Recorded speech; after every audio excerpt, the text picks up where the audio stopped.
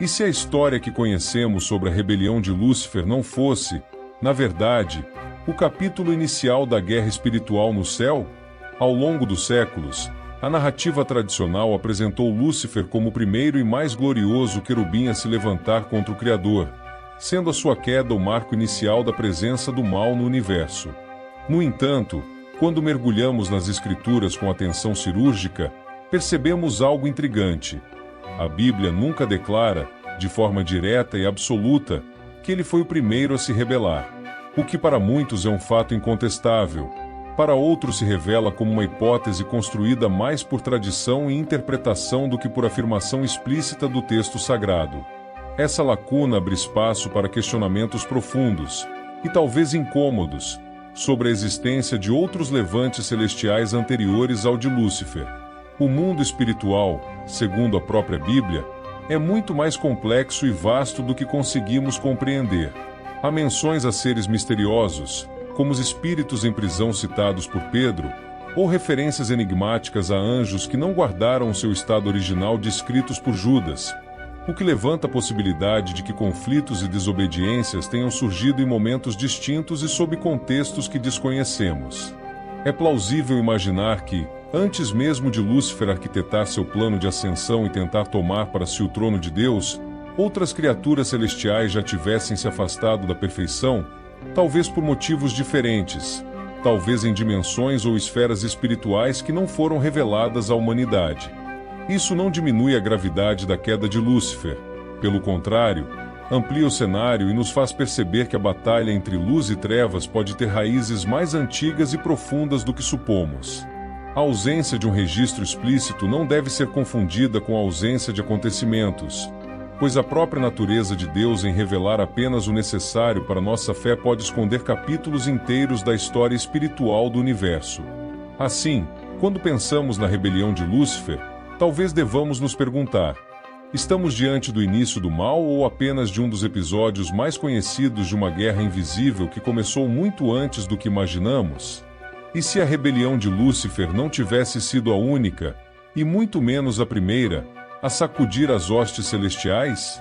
As Escrituras, quando analisadas com cuidado, revelam brechas que permitem vislumbrar outros levantes angelicais, liderados por figuras tão sombrias e perigosas quanto o próprio portador da luz. Entre esses nomes enigmáticos, um se destaca com força e mistério: Azazel. Sua menção não é abundante na Bíblia, mas quando aparece, carrega um peso inquietante. Em tradições judaicas antigas e em textos como o livro de Enoque, Azazel é descrito como um anjo que se corrompeu de forma singular, levando consigo outros seres celestiais a agir contra a ordem divina. Sua influência sobre a humanidade é apresentada como perversa e estratégica. Ele teria ensinado aos homens a arte da guerra, a manipulação de armas e armaduras, plantando no coração humano a semente da violência organizada. Às mulheres, teria revelado segredos de vaidade e sedução, introduzindo adornos, pinturas e práticas que, segundo o relato, desviavam a atenção do Criador para a adoração da própria aparência. E, como se não bastasse, teria espalhado conhecimento de feitiçarias e encantamentos, abrindo portas espirituais perigosas para contato com forças malignas. A gravidade de seus atos foi tamanha que, conforme o relato de Enoque, Deus ordenou que ele fosse capturado imediatamente, acorrentado e lançado no abismo, ficando preso até o dia do julgamento final, sem qualquer chance de retorno ou arrependimento. Isso significa que sua queda e condenação teriam ocorrido muito antes de outras histórias de rebelião angelical que conhecemos, o que abre um leque fascinante de possibilidades sobre a cronologia e a natureza da guerra espiritual. Azazel, nesse contexto, não aparece como um seguidor de Lúcifer, mas como um líder de sua própria insurreição, um arquétipo de corrupção que, ao invés de apenas desejar o trono de Deus, buscou destruir e corromper a criação divina desde as suas bases. Esse fato nos leva a refletir que o universo espiritual talvez tenha presenciado múltiplas revoltas, cada uma com motivações distintas, e que a história contada nas Escrituras é apenas uma fração de um enredo muito mais amplo e complexo, onde líderes caídos, como Azazel, escreveram capítulos sombrios que permanecem, até hoje, à margem do conhecimento humano. Muito antes da famosa rebelião de Lúcifer, as hostes celestiais já haviam sido sacudidas por outras revoltas, lideradas por anjos que, tomados por orgulho, desejo ou ambição, desafiaram a ordem perfeita estabelecida por Deus. Entre esses líderes caídos, um dos mais temidos é Azazel, figura envolta em mistério e associada a uma corrupção estratégica da humanidade. Segundo tradições antigas, ele ensinou aos homens a arte da guerra, a forjar espadas, lanças e armaduras, transformando a violência em ciência. Às mulheres, revelou segredos de adornos e pinturas, acendendo a vaidade e a sedução. E, como se não bastasse, espalhou o conhecimento de feitiçarias e encantamentos, abrindo canais espirituais para influências malignas. Sua transgressão foi tão grave que Deus ordenou sua prisão imediata, sendo ele acorrentado e lançado no abismo, onde permanece aguardando o julgamento final, tornando-se, assim, um dos primeiros a ser confinado antes mesmo de outras histórias de queda angelical. Mas ele não foi o único. Em outro momento sombrio, Shemiasa, líder de 200 anjos, tomou uma decisão que mudaria para sempre a história da Terra. Movidos por um desejo carnal irresistível, eles desceram do céu e selaram um pacto entre si para se unirem a mulheres humanas. O fruto dessa união proibida foram os Nefilins, gigantes de força brutal e coração corrompido, que espalharam violência e devastação. Além de gerar essa linhagem híbrida, os anjos caídos ensinaram artes ocultas e práticas proibidas, acelerando a degeneração da humanidade. A resposta divina foi severa. Shemiasa e todos os seus seguidores foram aprisionados em cadeias eternas, confinados nas trevas mais profundas até o dia do juízo. Contudo, nem todos os líderes de rebeliões angelicais tiveram o mesmo destino. Samael, por exemplo, jamais foi preso. Conhecido como acusador, o anjo da morte e o tentador, ele aparece em tradições antigas como aquele que atuou desde o Éden, influenciando a queda de Adão e Eva e plantando pecado no coração humano. Ao contrário de Azazel e Shemiasa, Samael continua livre, atuando ativamente ao longo da história como um adversário incansável, explorando fraquezas, instigando divisões e acusando incessantemente diante de Deus.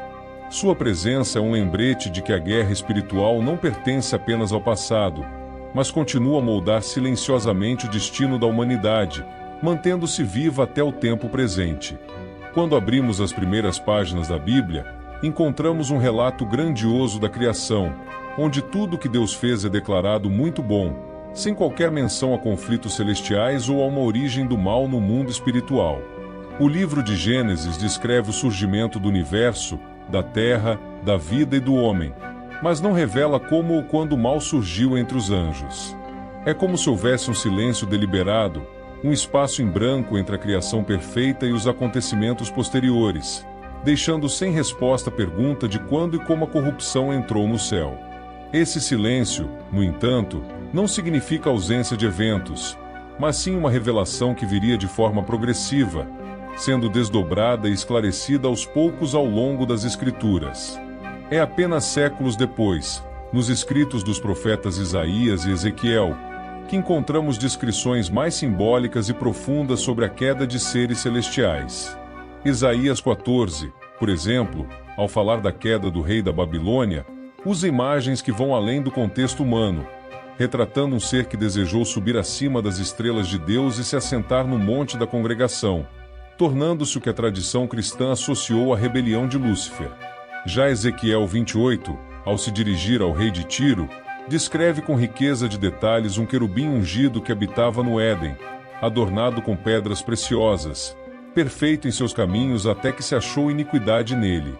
Essas passagens, embora ancoradas em contextos históricos e políticos de seus tempos, carregam um peso simbólico que aponta para algo muito mais antigo e profundo: a história de uma queda ocorrida no mundo espiritual antes mesmo de Adão e Eva pecarem. Assim, o silêncio entre Gênesis e esses livros proféticos não é um vazio narrativo, mas um intervalo carregado de mistério, no qual Deus, de maneira intencional, opta por não revelar tudo de imediato, permitindo que a compreensão do mal celestial se desenvolva gradualmente, como um enigma que só é parcialmente desvendado à medida que a história da redenção avança. Esse recurso narrativo cria um efeito poderoso. Enquanto no início da Bíblia vemos apenas a perfeição e a harmonia da criação, mais tarde somos confrontados com a chocante verdade de que o mal não começou na terra, mas já existia no céu, aguardando o momento de ser revelado. A história das quedas angelicais não é monolítica nem simples. Ela revela uma multiplicidade de revoltas, cada uma marcada por motivações distintas que expõem as fraquezas e desejos que podem corromper até os seres mais elevados do cosmos. O orgulho, talvez a falha mais clássica e emblemática, é a marca registrada da queda de Lúcifer, o anjo que ocupava a posição de destaque e cuja ambição desmedida o levou a desejar ser igual ao Altíssimo, tentando usurpar o trono de Deus. Sua rebelião não foi apenas um ato de desobediência, mas uma expressão de soberba que buscava erigir a si mesmo acima de tudo, causando uma ruptura dramática no reino celestial. Por outro lado, temos Azazel, cuja queda se distingue pelo caráter mais insidioso da corrupção. Ele não apenas rebelou-se contra Deus, mas decidiu corromper a criação divina por meio da disseminação do conhecimento proibido. Ao ensinar aos homens as artes da guerra, da vaidade e da feitiçaria, Azazel plantou as sementes da destruição moral e espiritual na humanidade, evidenciando que a queda pode vir não só da ambição pessoal, mas da perversão daquilo que deveria ser usado para o bem. Já Shemiasa e os 200 anjos que desceram à terra revelam outra face da transgressão, a paixão carnal. Movidos pelo desejo, eles romperam com a ordem natural ao se unirem a mulheres humanas, gerando uma descendência híbrida e monstruosa, os Nefilins, que trouxeram caos e violência ao mundo. Essa queda destaca como o desejo descontrolado pode levar à quebra das fronteiras estabelecidas por Deus, causando consequências terríveis e duradouras. Finalmente, a figura de Samael encarna o aspecto da acusação e do engano, uma queda marcada não tanto por um ato inicial, mas por uma atividade contínua de manipulação espiritual. Associado à morte e à tentação, Samael não foi aprisionado, mas atua desde o Éden até hoje, sussurrando dúvidas, fomentando divisões e acusando incessantemente diante de Deus, funcionando como um adversário invisível que tenta desestabilizar a fé e a comunhão dos homens com o Criador. Essa multiplicidade de quedas e motivações mostra que o mal celestial não tem uma única origem ou causa, mas diversas expressões que refletem os perigos da soberba, da corrupção do conhecimento, do desejo desregrado e do engano persistente. Cada uma delas contribui para a complexidade do conflito espiritual, revelando que a batalha entre o bem e o mal não é simples, mas multifacetada, envolvendo não apenas seres angelicais, mas também a humanidade, que se torna palco e vítima dessas forças em eterna luta. Ao contemplarmos a natureza dos anjos, é fundamental entender que eles não foram criados como automatos, meras máquinas programadas para obedecer cegamente às ordens divinas, mas sim como seres dotados de livre-arbítrio, capazes de fazer escolhas conscientes entre o bem e o mal. Essa liberdade intrínseca, concedida por Deus a todas as suas criaturas racionais, confere aos anjos a capacidade de amar voluntariamente, mas também de rejeitar a autoridade divina. O livre-arbítrio angelical significa que o mal não foi imposto ou inevitável, mas que surgiu, em grande parte, como resultado das decisões feitas por esses seres ao longo do tempo, cada um enfrentando a responsabilidade moral de optar por seguir a luz ou se desviar para as trevas. A partir dessa perspectiva, podemos compreender que a corrupção e a rebelião celestial não foram eventos únicos e isolados, mas processos que podem ter ocorrido em diferentes momentos e por motivações variadas, conforme cada anjo exercia seu poder de escolha. O fato de existirem múltiplas quedas e líderes rebeldes, Lúcifer movido pelo orgulho, Azazel pela corrupção do conhecimento, Shemiasa pelo desejo carnal, Samael pelo engano contínuo, reforça a ideia de que o mal não é um fenômeno homogêneo, mas sim o resultado das diversas decisões individuais e coletivas dentro do reino espiritual. Esse panorama nos desafia a reconhecer a profundidade da responsabilidade moral concedida às criaturas celestiais e a refletir sobre as consequências do exercício da liberdade em um contexto onde as escolhas repercutem não apenas em seus próprios destinos, mas também no destino da humanidade e da criação inteira. Portanto, o livre-arbítrio dos anjos é a chave para entender que o mal não foi um acidente ou uma falha pré-determinada, mas uma possibilidade real e presente desde o início, manifestada através das decisões daqueles que, criados para servir e glorificar a Deus, optaram por desafiar sua autoridade, abrindo caminho para o conflito espiritual que ecoa até hoje. O conceito do abismo como uma prisão real para seres espirituais caídos é uma das imagens mais poderosas e perturbadoras presentes nas Escrituras e em textos antigos, revelando um lugar de confinamento rigoroso e julgamento divino que transcende o tempo e o espaço. Esse abismo é mencionado explicitamente no Evangelho de Lucas, no capítulo 8, onde Jesus expulsa demônios e estes clamam para não serem enviados para o abismo, o que indica que esse lugar já existia e era temido até mesmo por esses espíritos malignos antes de sua queda final. A mesma ideia aparece no Apocalipse, capítulo 9, quando um anjo abre o poço do abismo para liberar uma legião de criaturas demoníacas, mostrando que ele funciona como uma espécie de prisão ou cela subterrânea para forças ocultas, controlada pelo juízo divino e que mantém sob controle o caos espiritual. Ainda mais antigo, no livro de Enoque, um texto apócrifo que influenciou profundamente o pensamento judaico e cristão sobre anjos caídos, o abismo é descrito como um local de escuridão e tormento reservado para aqueles anjos que se rebelaram e corromperam a terra, onde são acorrentados e aguardam a punição final.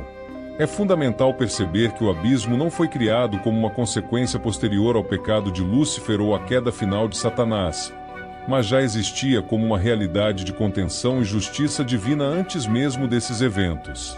Ele funciona como um mecanismo da ordem celestial para restringir o mal e impedir que ele se espalhe livremente, embora ainda permita certa influência limitada em certos momentos, como mostrado em Apocalipse. O abismo, portanto, é mais do que uma simples metáfora. É uma prisão real, temida por espíritos rebeldes e reconhecida como parte da administração divina para manter o equilíbrio entre o mundo espiritual e o físico. Essa realidade demonstra que o conflito entre o bem e o mal não é apenas uma questão moral ou filosófica, mas também envolve dimensões concretas e palpáveis, onde o mal é mantido sob vigilância e controle rigoroso, aguardando seu destino definitivo. Dessa forma, compreender o abismo como prisão real nos ajuda a perceber a seriedade da justiça divina e a gravidade da rebelião angelical, mostrando que os anjos caídos enfrentam consequências concretas e imutáveis por suas escolhas, enquanto aguardam o julgamento final. O capítulo 12 do livro do Apocalipse apresenta uma narrativa vívida e dramática de uma guerra nos céus. Uma batalha cósmica entre forças opostas que envolve o dragão, identificado como Satanás, e seus anjos contra Miguel e seus anjos. Esse texto, carregado de simbolismo e imagens poderosas, tem sido interpretado de diferentes maneiras ao longo da história, gerando debates entre estudiosos e teólogos sobre se ele descreve uma batalha futura, ainda por acontecer, ou se rememora um conflito antigo que já ocorreu no passado celestial. A ambiguidade do texto permite essas duas leituras, pois ele não estabelece de forma clara e definitiva uma linha temporal, deixando em aberto se os eventos são profecias de um confronto que se intensificará no fim dos tempos ou uma narrativa simbólica que revela uma realidade espiritual já estabelecida. Essa dualidade sugere que as guerras celestiais não são eventos isolados e únicos, mas sim que podem ter ocorrido em múltiplos momentos ao longo da eternidade, refletindo um conflito contínuo e dinâmico entre o bem e o mal que transcende o tempo humano.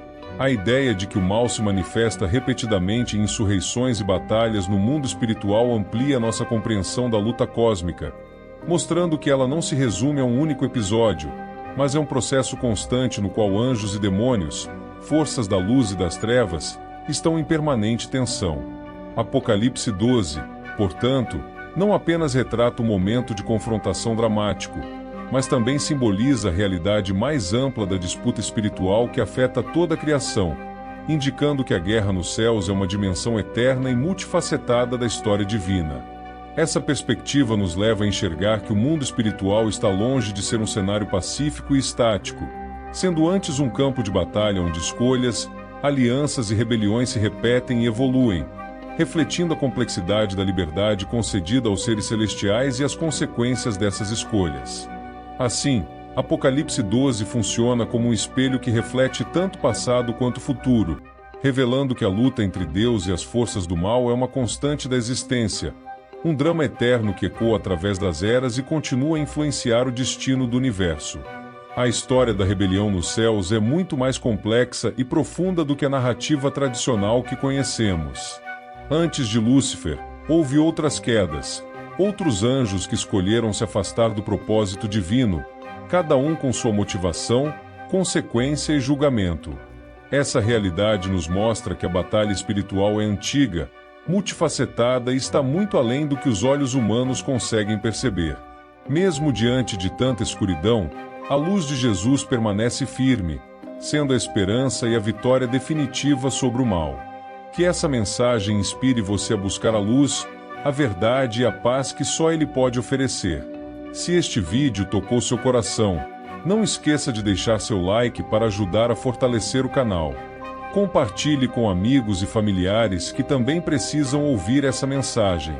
Se ainda não é inscrito, clique no botão de inscrever-se e ative o sininho para não perder nenhum conteúdo revelador. Comente aqui embaixo o que você achou e deixe seu amém para que essa palavra alcance cada vez mais pessoas. Muito obrigado pelo seu apoio e até o próximo vídeo do canal.